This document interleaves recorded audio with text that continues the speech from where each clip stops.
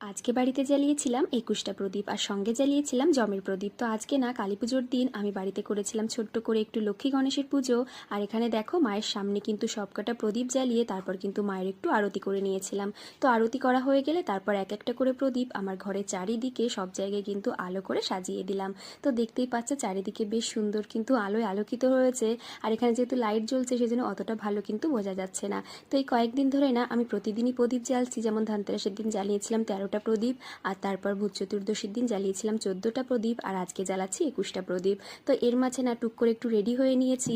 আর এখন না এতটা ব্যস্ত ছিলাম আমি কিন্তু শুধু জাস্ট শাড়িটা পরেছি আর একটা কিন্তু জুয়েলারি পরেছি, তাছাড়া তেমন করে কিন্তু সাজতেই পারিনি। তো দেখো এক এক করে তারপর মায়ের সামনে সবকটা ভোগ কিন্তু সাজিয়ে দিচ্ছি, মানে যে কটা আমি রান্না করেছি। আর সঙ্গে কিন্তু রেখেছিলাম আমি, মানে বাজার থেকে নিয়ে এসেছিলাম এই যে মোয়াগুলো দেখতে পাচ্ছ এইগুলো, আর ওখানে রয়েছে ৫ রকমের ফল। তো এটাই ছিল শুধু বাজার থেকে কেনা, বাদবাকি সমস্ত কিছু কিন্তু আমি নিজে হাতেই বানিয়েছিলাম। তো এই পদ্ম ফুলটা দিয়ে দিলাম মায়ের পায়ে, আর তারপর তোমাদেরকে একটু দেখিয়ে দিচ্ছি যে আজকে টোটালি কি কি ভোগ আমি বানিয়েছি আর কি কি কিনে নিয়ে এসেছি। তো দেখতেই পাচ্ছ মায়ের সামনে পুজোর জন্য সমস্ত কিছু গুছিয়ে দিয়েছি, আর এবারে কিন্তু পুজোটাও ঝটপট করে সেরে নেব। তো এই পুজোর জন্য না একটা সুন্দর সময় ছিল, মানে শুভক্ষণ ছিল, সেই ক্ষণটাতেই কিন্তু আমি পুজোটা কমপ্লিট করে নিয়েছিলাম। আর পুজো কমপ্লিট করার পর তারপর এটা কিন্তু তোমাদের দেখাচ্ছি।